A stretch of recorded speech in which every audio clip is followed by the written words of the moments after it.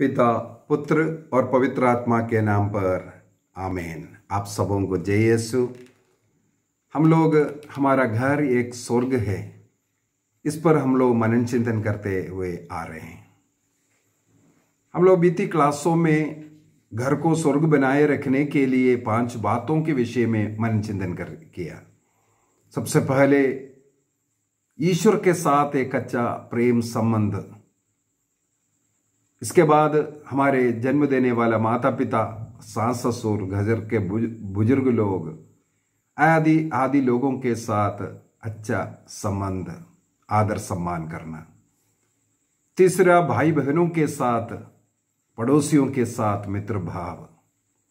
और चौथा, बीती क्लास में हम लोगों ने मनन चिंतन किया, संतानों को ईश्वर के दान के रूप में स्वीकार करना और उन्हें ईश्वरीय ज्ञान में पालन पोषण करना। और आज हम लोग 5वां जो रिश्ता है, जो घर को स्वर्ग बनाए रखने के लिए जो मुख्य रिश्ता है, जैसे ईश्वर के साथ रिश्ता मजबूत रखना बहुत जरूरी है, हमेशा रखना जरूरी है, उसी प्रकार 5वां जो रिश्ता हम लोग आज मनन चिंतन करने जा रहे हो है पति पत्नी के बीच का जो रिश्ता।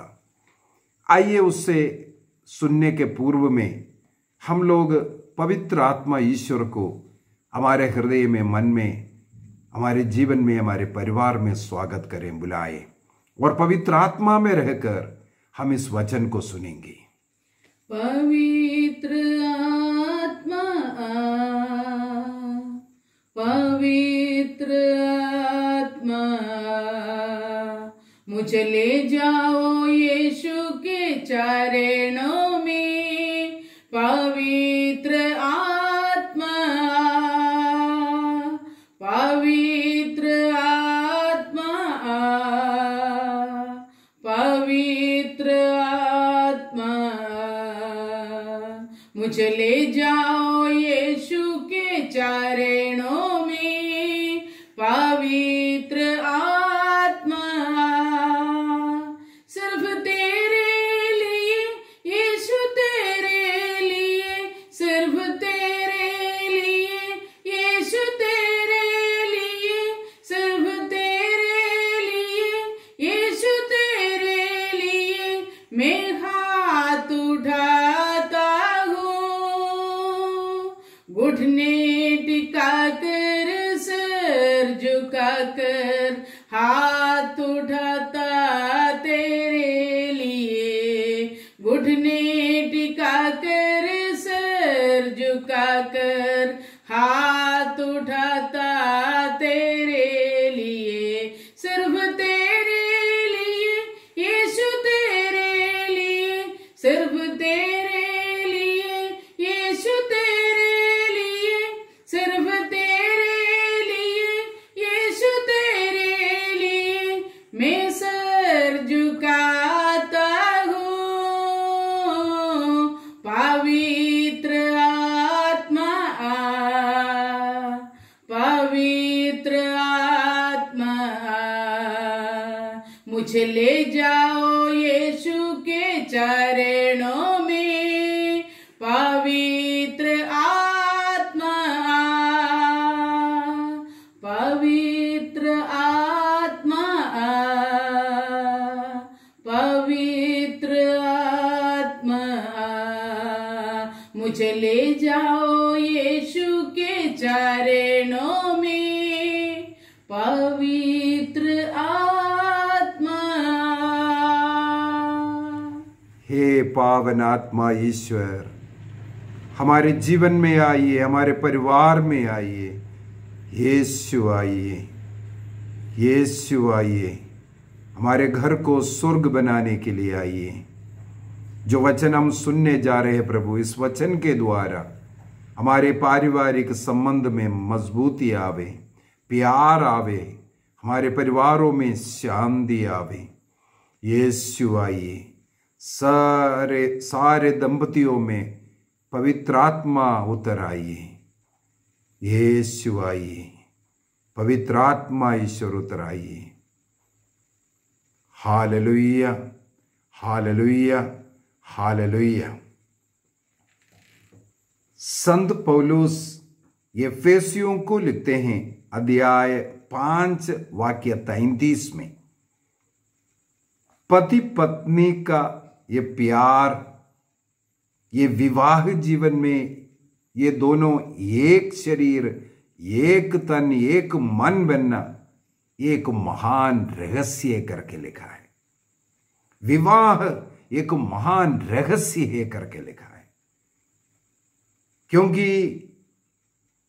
जो अनजान दो व्यक्ति विवाह के द्वारा एक बनता है, इसके बाद एक दूसरे के लिए जीता है, एक परिवार की सृष्टि होता है उसके द्वारा। संत पौलुस इसलिए इसको एक महान रहस्य बताता है। पत्नी अपने परिवार वालों को, घर वालों को, माता पिताओं को, सबों को छोड़कर पति के साथ, पति के घर में आकर अपना घर अपना मानकर वो वहां रहते हैं। एक महान रहस्य है। यदि हम लोग स्तोत्र ग्रंथ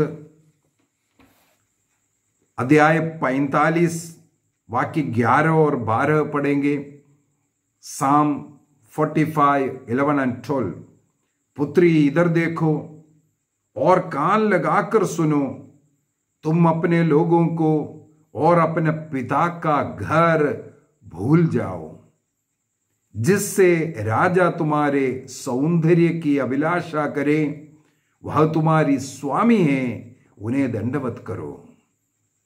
अर्थात अपने राजकुमार, अपने राजा, अपना पति तुम पर आकर्षित होने और तुम्हें प्यार करने, तुम अपने घर को, अपने प्रियजनों को, अपने माता पिताओं को भूल जाओ।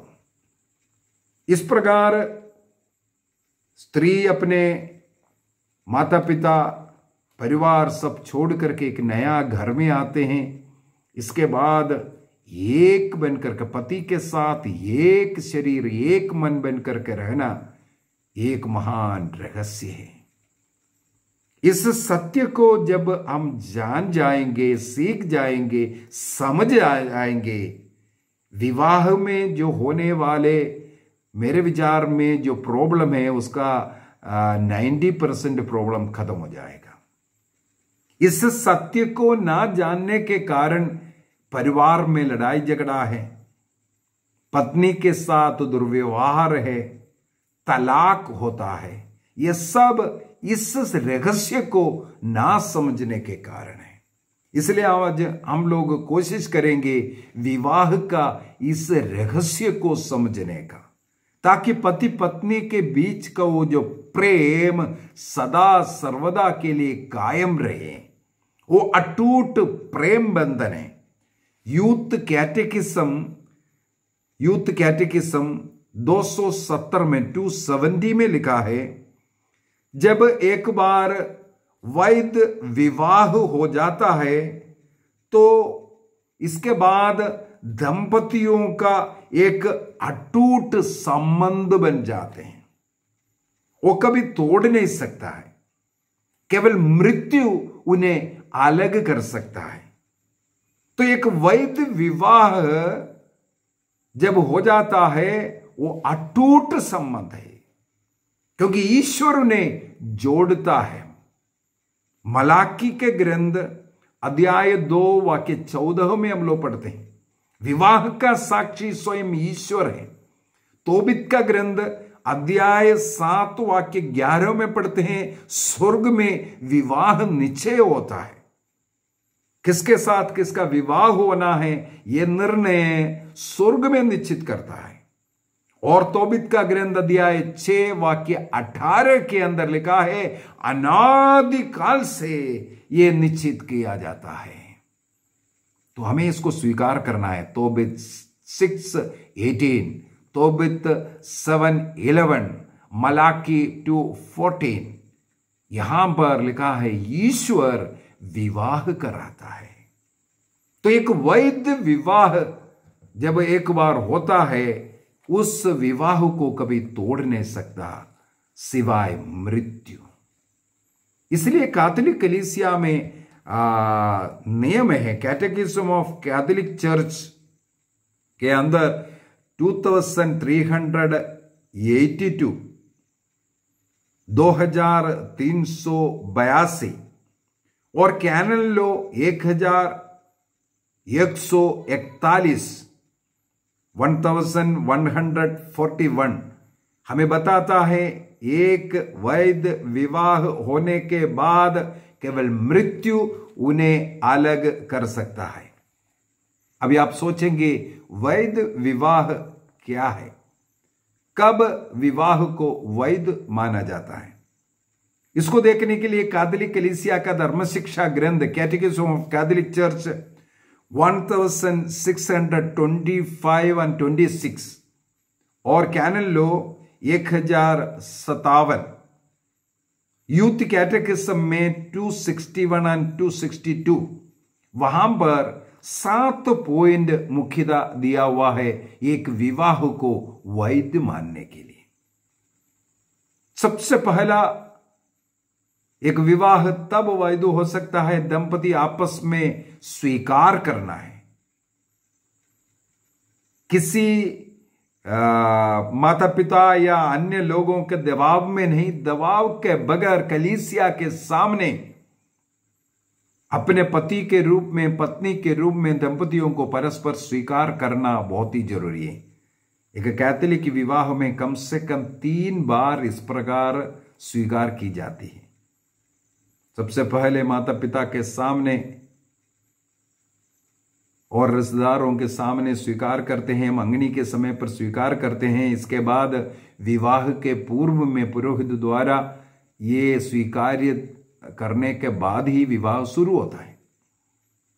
दूसरी बात, विवाह प्राकृतिक विवाह होना है और कलीसिया के नियम के अनुसार होना है। आजकल हमारे भारत देश में भी पुरुष पुरुष के साथ और स्त्री स्त्री के साथ विवाह का अनुमति दिया है। ये कलीसिया का अनुमति नहीं, सरकार, पॉलिटिक्स, ये सब है इसमें। लेकिन कलीसिया के नियम के अनुसार स्त्री और पुरुष के बीच में विवाह, क्योंकि ईश्वर ने निश्चित किया हुआ तरीका यह है प्राकृतिक रीति। चाहे पक्षी हो, चाहे पशु हो, चाहे मनुष्य हो, इस प्राकृतिक रीति का विवाह होना जरूरी है। कलीसिया का नियम है स्त्री और पुरुष का बीच में विवाह हो, क्योंकि पवित्र बाइबल यही सिखाता है। ईश्वर ने आदि में मनुष्य की सृष्टि की। ईश्वर ने देखा मनुष्य अकेला है, अकेलापन को दूर करने के लिए उस मनुष्य से ईश्वर ने स्त्री का सृष्टि की। नर नारी के रूप में उनकी सृष्टि होने के बाद उस नारी को जब उस नर के उस पुरुष के सामने लेके आए, उत्पत्ति अध्याय 2:23 में हम लोग पढ़ते हैं, जब ईश्वर उनके सामने स्त्री को लेके आया तब उस पुरुष ने कहा, ये मेरे हड्डियों की हड्डी, ये मेरे मांस का मांस है, अर्थात मुझसे निकाला गया है, ये मेरा है, अपना है। इस प्रकार बोल करके जो स्वीकार किया, अपनी हड्डियों की हड्डी मांस के रूप में स्वीकार करने का उस प्रक्रिया को हम लोग विवाह कहते हैं। तो प्राकृतिक और कलीसिया के नियम के अनुसार होना चाहिए। तीसरा है नियमानुसार उम्र होना जरूरी है। देश का नियम 18 साल लड़कियों का और पुरुषों का 21 साल। कलीसिया में उससे पहले विवाह नहीं कराता है। और पिछले क्लास में मैंने इसका कारण भी बताया है क्यों इस उम्र में फर्क डालना जरूरी है। तीसरा है, चौथा है बपतिस्मा प्राप्त स्त्री और पुरुष के बीच में। कलीसिया में विवाह बपतिस्मा प्राप्त स्त्री और पुरुष के बीच में होता है, तब वो वैध विवाह होता है। लेकिन किसी ऐसी परिस्थिति में कलीसिया को कभी कभी थोड़ा झुकना पड़ता है। कैथोलिक कलीसिया का नियम कैटेकिज्म ऑफ कैथोलिक चर्च के 1633 से लेकर के 37 तक 1633 से 37 तक यदि हम पढ़े, वहां पर जब स्त्री पुरुष अन्य जाति के लोगों के साथ यदि प्रेम संबंध में हो गया और कलीसिया को इस प्रकार का जो कठोर अवस्था में उन दंपतियों के लिए कुछ करने का जरूरत है, इसलिए अविवाह जो बपतिस्मा ग्रहण नहीं किया हुआ जीवन साथी के साथ कैथोलिक कलीसिया के सदस्य का विवाह कराने का भी नियम बनाया है। कैनन लॉ 1086 और 1124 और 25 के अनुसार इस प्रकार विवाह कराते हैं।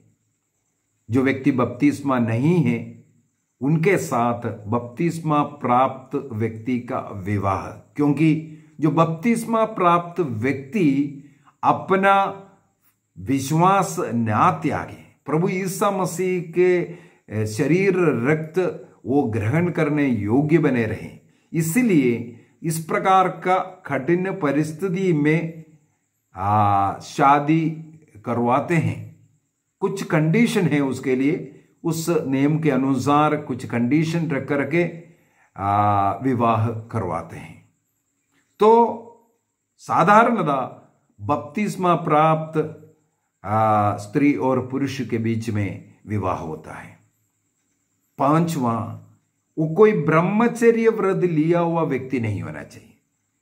यदि ब्रह्मचर्य व्रत लिया हुआ व्यक्ति है उनका विवाह नहीं हो सकता है जब तक उस व्रत का जहां लिया है, चाहे सिस्टर हो या फादर हो, उनको वहां से अनुमति लेकर के, अर्थात उस जगह से निकल के बाद वहां से स्वीकार्यता का पत्र लेना जरूरी है। इसके बाद हो सकता है, उससे पूर्व में उनका विवाह भी नहीं हो सकता, क्योंकि जो ब्रह्मचर्य का व्रत प्रभु के सामने एक बार लिया है उसको वैध मानता है। पर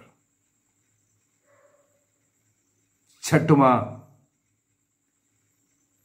उनका विवाह होगा जो अविवाहित हो या पहला जीवन साथी जिनका मर गया है, उनका जो मृत्यु हुआ है, उनका विवाह हो सकता है।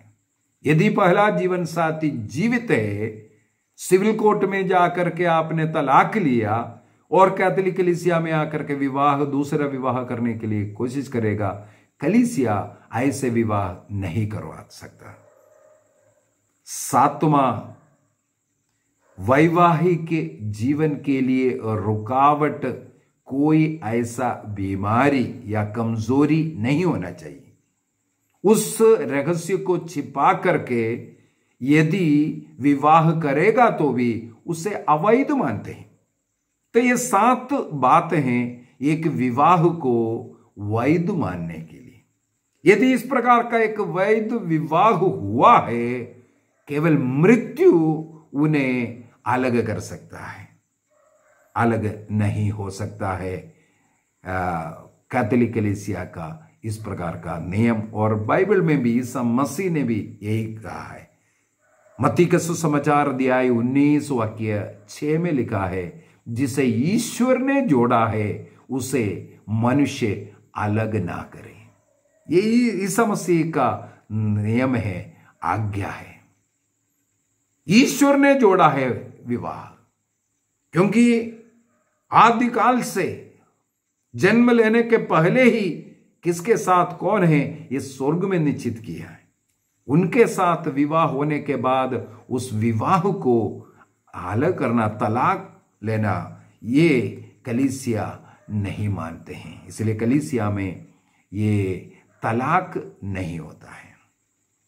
दूसरी बात है, ये विवाह के अंदर ये लड़ाई झगड़ा, ये दूर रहना, ये सब क्यों हो रहा है?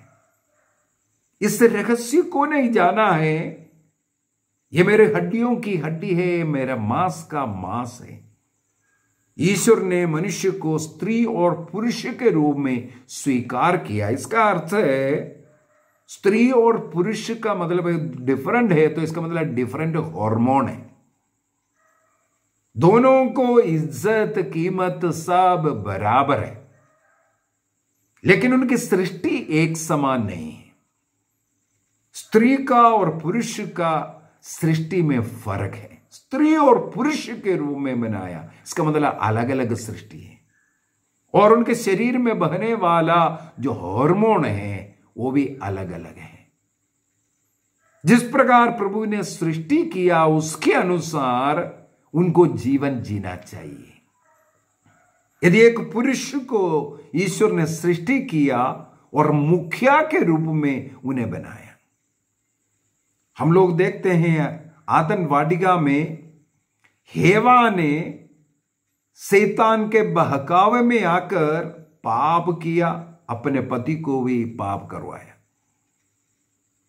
ईश्वर ने जो मना किया वह फल खाना और अपने पति को भी खिलाना, ये हेवा का काम था। लेकिन जब ईश्वर उनके पास आता है,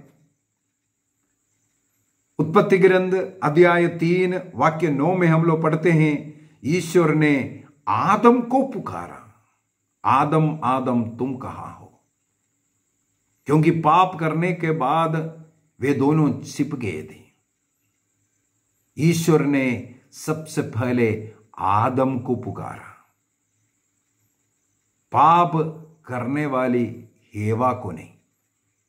क्योंकि घर का मुखिया, ईश्वर ने जिस घर को पति पत्नी का विवाह करवा करके एक परिवार दिया, एक घर दिया, उस घर का मुखिया आदम है। इसलिए आदम को इसका जवाब देना है। एक और उदाहरण नया विधान से ले सकते हैं। हम लोग नए विधान में संत जोसेफ और माता मरियम को देखते हैं। उनका मंगनी हुई, इसके बाद मां मरियम पवित्र आत्मा से गर्भवती होते हैं। जोसेफ को नहीं पता चला।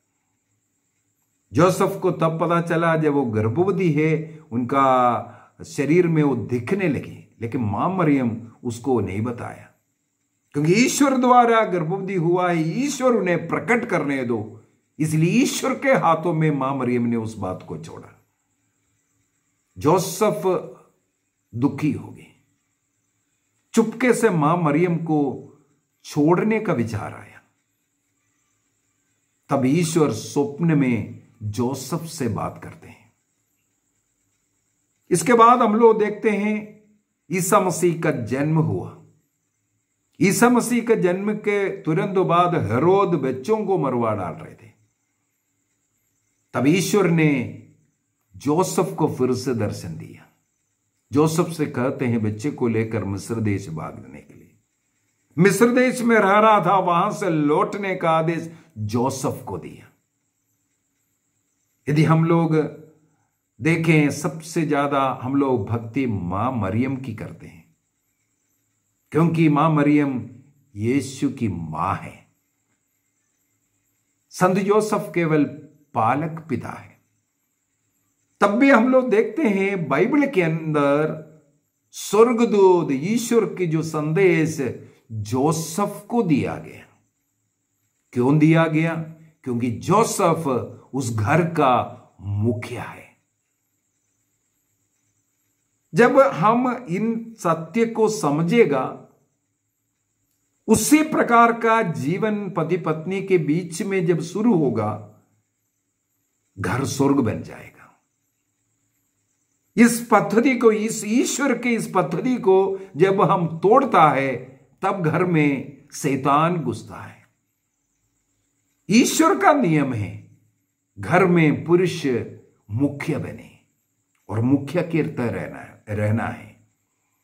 संत पौलुस एफेसियों को लिखते हुए एफेसियों का पत्र अध्याय 5 वाक्य 21 से 33 तक, एफेसियंस चैप्टर 5 वर्स 21 to 33, हम लोग यही पढ़ते हैं। पति पत्नी किस प्रकार एक दूसरे को प्यार करना, कैसे रहना, आदि आदि हम लोगों को इस भाग में पता चलता है। वाक्य 21 में सबसे पहले क्या लिखा है? हम मसीह के प्रति श्रद्धा रखने के कारण एक दूसरे के अधीन रहे।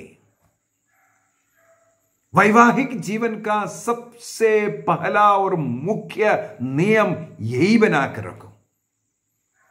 ईसा मसीह के साथ जुड़ करके एक मसीही परिवार को चलाने के लिए हमें एक दूसरे के अधीन रहना है। पति को पत्नी के अधीन और पत्नी को पति के अधीन।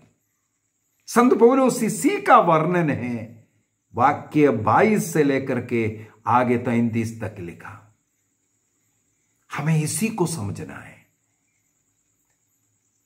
एक दूसरे के अधीन रहने का क्या मतलब है? गुलाम बनना या सेवक बनना या नीचे दिखाना, यह नहीं है। हम लोग उत्पत्ति ग्रंथ में पढ़ते हैं, ईश्वर ने आदम को गहरी नींद में डाला, इसके बाद उसके पसली को निकाल करके स्त्री को गढ़ा है। बाइबल पंडितों का मत है पुरुष के बगल का पसली निकालने का मतलब है स्त्री को बराबर रखना। जितना महत्व, जितना महिमा, जितना स्थान मान सम्मान पुरुष को है, उतना स्थान मान सम्मान महत्व सब कुछ स्त्री को भी है। स्त्री और पुरुष इस प्रकार बराबर है। इसलिए एक दूसरे के अधीन होना जरूरी है। घर का मुखिया या एक स्कूल का प्रिंसिपल या एक देश का प्राइम मिनिस्टर पूरे देश को कंट्रोल करता है, देखभाल करता है। एक स्कूल कॉलेज का प्रिंसिपल या हेडमास्टर स्कूल का जो कार्य जो भी होना है उसका देखभाल करता है, अन्य टीचरों के साथ मिलकर स्कूल को चलाता है। जो मुखिया का काम जो पुरुष करता है, इसका मतलब यह नहीं है अन्य टीचर्स को, अन्य मिनिस्टर्स को कोई कीमत नहीं है, वैल्यू नहीं है। घर का मुखिया पति को बनकर रहना है। और इसलिए संत पौलुस वाक्य 22 और 23 और 24 इन 3 वाक्यों में सबसे पहले पत्नियों से आग्रह करते हैं। जिस प्रकार कलीसिया के अधीन हम लोग रहते हैं, ईसा मसीह हमारा मुखिया है और कलीसिया ईसा मसीह के अधीन रहते हैं, उसी प्रकार पति स्त्री का शीर्ष है, मुखिया है, घर का मुखिया है, उसके अधीन रहो करके। वाक्य 24 में लिखा है, सब बातों में स्त्री को अपने पति के अधीन रहना है। सब बातों में अधीन रहना है। इसका यह मतलब नहीं है सेवक बनना, गुलाम बनना। इसको समझने की जरूरत है। क्या अधीन रहना बोला है? तुम अपने पति को जिस प्रकार कलीसिया मसीह का आदर करता है, उसी प्रकार पत्नी अपने पति का आदर करें। वो पुरुष है, उनका पुरुषत्व, वो हार्मोन स्त्री से आदर सम्मान मांगते हैं।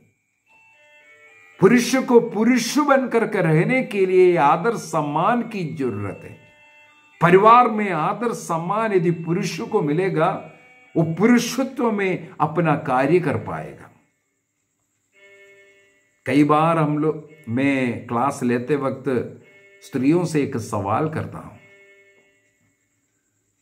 सवाल यह है, क्या कोई स्त्री ऐसा पुरुष से विवाह करना चाहेगी जो स्त्रियों जैसे शर्मीला है, स्त्रियों जैसे मटक मटक करके चलने वाला है, स्त्री जैसे आचरण करने वाला? ऐसे पुरुष से कोई शादी करना चाहोगे? एक ही सुर से जवाब मिलता है, नहीं कभी नहीं। छी कर करके भी कई बार बोलते हैं। ऐसे पुरुष को देखना पसंद नहीं करते। तो मेरा एक ही जवाब है, इस संसार में ऐसा कोई पुरुष नहीं है जो स्त्रियों को पुरुष जैसे चलता हुआ, पुरुष जैसे घमंडी बन करके चलना, ऐसा पुरुषों के साथ लड़ाई झगड़ा करना, ऐसे स्त्री को प्यार करें। एक वैवाहिक दाम्पत्य जीवन में स्त्री को पुरुष के अधीन रहना बहुत ही जरूरी है। ईश्वर द्वारा बनाया हुआ एक नियम है। स्त्री को स्त्रीत्व में रहने के लिए उस हार्मोन ईश्वर ने दिया है, विनम्रता का, शालीनता का। वो जो हार्मोन दिया है उसके अनुसार स्वभाव का रहना है। जब पति को आदर सम्मान देते हुए जिएंगे, उस घर स्वर्ग बनेगा। अर्थात पुरुष को पुरुषत्व में रहने के लिए उनको जो मिला हुआ पुरुष का जो हार्मोन है वो आदर सम्मान को मांगता है। इसलिए स्त्री को उनके अधीन रहकर उनको आदर सम्मान सब बातों में करें। अनेकों पुरुषों का जो अपमान करने का सिलसिला पत्नी से शुरू होता है। बच्चों के सामने, माता पिता के सामने, अन्य लोगों के सामने उनको नीचा दिखाना, उनके ऊपर गुस्सा करना, अधिकार जमाना, ये सब घर को नरक बनाने वाली बातें हैं। जब आप अपने पति को, जीवन साथी को आदर सम्मान देंगे, उसके द्वारा घर स्वर्ग बन सकता है। केवल इतना ही नहीं है, एफेसियों का पत्र दिया है 5:24 तक हम लोगों ने मनन चिंतन किया। स्त्रियों कर करके बोला, अपने पति का आदर सम्मान करना, अधीन रहना। लेकिन वाक्य 25 से आगे लिखा है, पतियों बोल करके आपका स्वभाव अपने पत्नी के साथ कैसे होना है। हम लोगों ने वाक्य 22 में पढ़ा है, मसीह का स्थान, कलीसिया का मुखिया ईसा मसीह है, वो स्थान परिवार का मुखिया ईसा पति को दिया। अर्थात जिस प्रकार ईसा मसीह कलीसिया है, कलीसिया में है, कलीसिया का मुखिया है, उसी प्रकार पति को घर का मुख्य बन करके रहना है। इसलिए संत पौलुस वाक्य 25 में लिखा है, पतियों आप अपनी पत्नी को उसी तरह प्यार करो जिस तरह मसीह ने कलीसिया को प्यार किया। ईसा मसीह कलीसिया को जिस प्रकार प्यार किया, उसी प्रकार आप अपना पत्नी को प्यार कर दो। एक बहुत बड़ा बात है। इस बड़ी वाली बात यदि हमारे मन में बैठ गया, पति को आदर चाहिए, पत्नी को प्यार चाहिए, वो दोनों दे दो। ईसा मसीह कैसे कलीसिया को प्यार किया? ईसा मसीह क्रूस पर अपने को अर्पित करते हुए, अपना प्राण कलीसिया के लिए अर्पित करते हुए। क्यों अर्पित किया? कलीसिया को बचाने के लिए।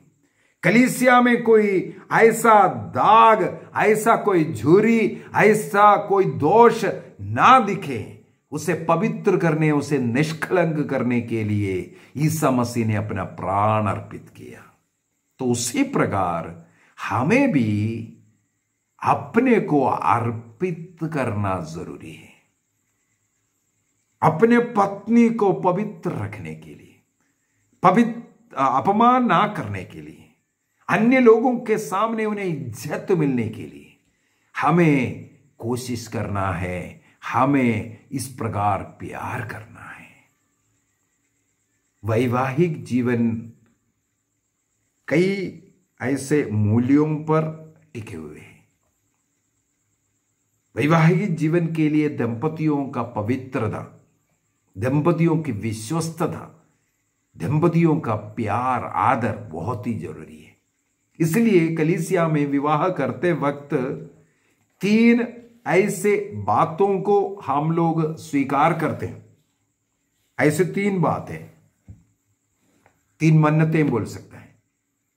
ये है, सबसे पहले बोलते हैं जीवन के अंत तक अपने जीवन साथी को प्यार करूंगा या प्यार करूंगी, आदर करूंगा, आदर करूंगी, और एक विश्वस्त जीवन साथी बनकर के रहूंगा। तो जब तक हम जीवित हैं, ये 3 कार्य एक दूसरे के लिए करते रहना, उनका आदर करना, उन्हें प्यार करना और विश्वासी जीवन साथी बनकर के रहना, यह घर को स्वर्ग बनाता है। तो एक दूसरे को अपना हड्डियों का हड्डी, मांस का मांस के रूप में स्वीकार करना और उसके लिए अपना सर्वस्व अर्पित करना घर को स्वर्ग बनाता है। इस रहस्य को समझने की जरूरत है। एक परिवार में थोड़ा समस्या हुआ, भाई बहनों के बीच में लड़ाई झगड़ा है। उनकी बात मैं सुन रहा था, तो भाई लोग कहते हैं हमारे ये जो भाई है उनके साथ हमारा झगड़े का कारण है ये इनके पत्नी के साथ ऐसा है, पत्नी बहुत गलत हमारे परिवार में टूट डाल रहे हैं, फूट डाल रहा है, और परिवार में पूरा लड़ाई झगड़ा होने का ये सब का कारण इनके, हमारे जो बड़ा भाई है उनका पत्नी है। और भाई लोग कहते हैं ये भाई हमारे साथ इतना प्यार से रहते थे, जब से इनका ये शादी हुआ हमारे साथ वो प्यार कम हुआ। अभी 4 दिन हुए एक औरत इस घर में आकर के उनको महत्व ज्यादा दिया, 4 दिन पहले आने वालों को ज्यादा महत्व और हम लोगों को महत्व कम हुआ। अनेकों परिवार का लड़ाई झगड़ा का कारण यही है, चाहे सास ससुर के साथ हो, चाहे भाई बहनों के साथ हो। किसी का विवाह होने के बाद उन दंपतियों को एक शरीर, एक मन, एक तन, एक बनकर रहने के लिए नहीं देते। अनेकों परिवार में माता पिता अपने बच्चों का रिमोट कंट्रोल बन जाते हैं। बेटी को शादी कर करके भेजा, हर घंटे, मैं बोलूंगा उससे भी कम समय रिपोर्ट लेते रहेगा, क्या हो रहा है क्या नहीं हो रहा है। ये सब ये उन बच्चों का जीवन को बर्बाद करने का तरीका है। माता पिता रिमोट कंट्रोल बन करके बेटी को चलाना या बेटों को चलाना, उनके वैवाहिक जीवन में वो दरार डाल रहा है। बच्चों की खुशी, बच्चों के जीवन अच्छा चाहते हैं, उनका स्वर्गीय उस घर को नरक ना बनाना है, तो आप उनको जीने देना है। एक बार विवाह करवाया, इसके बाद हमारे मन में आना है हमारे उन बच्चे, जब पति पत्नी वो एक है, माता पिता भाई बहन सब इसके बाद दूसरे भाग में आ गए, उनको पहले जीने दो।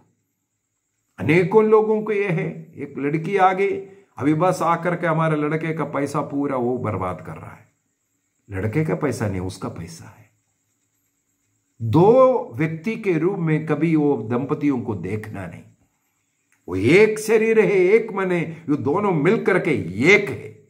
उनको एक बनाए रखने के लिए हमें कोशिश करना है, उनको 2 बन करके नहीं। ऐसा क्यों हो रहा है, इसके पीछे का एक और कारण मैं बोल करके देता हूं। यदि आप अपने घर में कोई नया एक टीवी लेके आता हो या एक फ्रिज लेके आ रहा हो, ऐसा कोई घर का कोई ऐसा उपकरण लेके आ रहा है, उसको कीमती उस चीज को लेके आने के पहले आप उसको रखने का जगह तैयार करता है। अगर टीवी लेके आ रहा है, पुराना वाला टीवी को हटाएंगे, मकड़ी का जाल उधर पूरा धूल मिट्टी ये सब साफ कर करके एकदम अच्छा बनाएंगे। इसके बाद आपने 1-1.5 लाख का जो टीवी लेके आया है उसको वहां पर रखेंगे। इसके बाद अड़ोस पड़ोस सब लोग देख करके बोले हाँ बहुत सुंदर दिख रहा है। यदि पुराने टीवी उधर पड़ा है, कचरा पड़ा है, उस जगह पर इस नया लाखों रुपया का कीमती टीवी को लाकर रखेगा, वहां उतना अच्छा नहीं दिखता। इसलिए सबसे पहले हम उस जगह को तैयार करते हैं, इसके बाद वहां पर लाकर रखते हैं। उसी प्रकार विवाह के पहले अपने को तैयार करना जरूरी है, यह सब सीखना जरूरी है। मैं अपने जीवन में एक जीवन साथी लेके आ रहा हूं, इसके बाद मैं और वो एक है। एक बनकर रहने के लिए पहले तैयारी करने की जरूरत है। अनेकों लोग विवाह के बाद, अरे विवाह के पहले ऐसा था, ऐसा था, फ्रीडम था, कोई काम नहीं था, सो सकता था, मनमर्जी दोस्ती कर सकता था, शादी के बाद बंधन हो गया, ये है वो है, रोता है। क्या कारण है? अपने को तैयार नहीं किया, विवाह का अर्थ नहीं समझा। एक बार एक महिला मुझसे कहा, मेरे विवाह का पहला दिन मेरे पति शादी के बाद दोस्तों के साथ कहीं घूमने गए और रात को आया लौट करके, दारू पिया हुआ था, पूरे नशे में। विवाह किया हुआ उसी दिन दोस्तों के साथ गया, पत्नी को छोड़ा। इसका मतलब विवाह का अर्थ ही तुम समझे नहीं। अपने पुरानी दोस्ती को यदि त्याग नहीं सकता, विवाह मत कीजिए। विवाह करने के बाद अपने जीवन साथी के साथ एक होना है। उत्पत्ति ग्रंथ अध्याय 2 वाक्य 24 में ईश्वर ने यही तो कहा। जब आदम ने हेवा को देखकर के कहा, ये मेरे हड्डियों की हड्डी, मेरे मांस का मांस है, इस प्रकार उसे स्वीकार किया, तो ईश्वर ने उसे आशीर्वाद देकर के कहा, इस कारण पुरुष अपने माता पिता को छोड़ेगा और अपने पत्नी के साथ रहेगा और वे दोनों एक शरीर हो जाएंगे। माता पिता को छोड़ेगा, पत्नी के साथ एक शरीर हो जाएंगे। इससे पहले फलाने का बेटा कह करके, फलाना घर का फलाना बेटा, ये कहते थे। विवाह के साथ पत्नी के साथ एक शरीर, एक तन, एक मन जब बन जाता है, एक हृदय जब बन जाता है, तब वो एक नया परिवार बन गया। उनका एक परिवार बन गया। वो परिवार का मुखिया वो पति है, पत्नी है। ये समझना जरूरी है। अभी अनेकों लोग बोलते हैं पत्नी अपने माता पिता को छोड़ करके आते हैं। बाइबल में लिखा हुआ है पति अपने माता पिता को छोड़ेगा। क्यों लिखा हुआ है करके? ऐसा क्यों नहीं होता है? ये प्रभु का, ईश्वर का नियम है। पत्नी अपने माता पिता, अपने घर, सब कुछ छोड़ करके पति के घर में आए। अभी यदि पति अपने घर में है, अपने माता पिता से ही जुड़ करके रह रहा है, मैंने जैसे बोला है फलाने का बेटा बन करके, वो पत्नी के साथ जुड़ा नहीं है, पति के माता पिता के साथ जुड़ करके रह रहा है। इसलिए कहा वहां से अभी उनको अलग कर करके पत्नी के साथ दोनों को एक बना रहा है। उसी घर में, घर अलग नहीं, एक ही घर, अलग भी रह सकता है, लेकिन उनका एक सेपरेट परिवार बन गया। ये अर्थ है, ये अर्थ है। ऑलरेडी पत्नी अपने घर बार छोड़ करके इधर आ गया, अभी पति इधर जुड़ा हुआ है, उनको माता पिता को छोड़ करके पत्नी के साथ जुड़ करके एक अलग परिवार। इसलिए कैथोलिक चर्च के अंदर बताते हैं विवाह के बाद पति पत्नी जो नया विवाहित है उनको अपना नाम लिखवाना है परिवार के रूप में। एक ही घर में रहता होगा लेकिन अलग परिवार के रूप में उनको चर्च में नाम लिखवाना है। इसका अर्थ है, बहुत महत्व रखता है। पति और पत्नी एक है, उनको एक बने रखने के लिए अन्य लोगों को कोशिश करना है। हम लोग पहले दोस्त थे, हम लोग भाई बहन पहले से है, ये बाद में आया हुआ है ऐसा विचार गलत विचार। उनके उस वैवाहिक संबंधों को कितना और मजबूत बना सकता है, इसके लिए प्रयत्न करना है। हम आगे भी इस विवाह जीवन के विषय में मनन चिंतन करेंगे। आइए हम अपने आंखों को बंद करें और प्रभु को धन्यवाद दें। अपने परिवार में जितने भी पति पत्नी हैं, आपस में एक बनकर के रहने के लिए हम प्रयत्न करेंगे। पति पत्नी का ये एक हृदय, एक मन, एक शरीर बनना बहुत जरूरी है। दोनों मिलकर के एक है। तोबित के ग्रंथ अध्याय 8 में इसलिए उसे अर्धाग्नि कहते हैं। जीवन के अंत तक रहने के लिए परमानेंट है, उसको फिर से बदल नहीं सकता। निर्णय कीजिए अपने जीवन साथी को प्यार करने का, आदर करने का और जीवन के अंत तक विश्वासी जीवन साथी बनकर रहने का निर्णय करें। इस प्रकार हम अपने घर को स्वर्ग बनाएंगे। पिता, पुत्र और पवित्र आत्मा के नाम पर आमीन। आप सबों को जय यीशु। घर में खुश रहिए,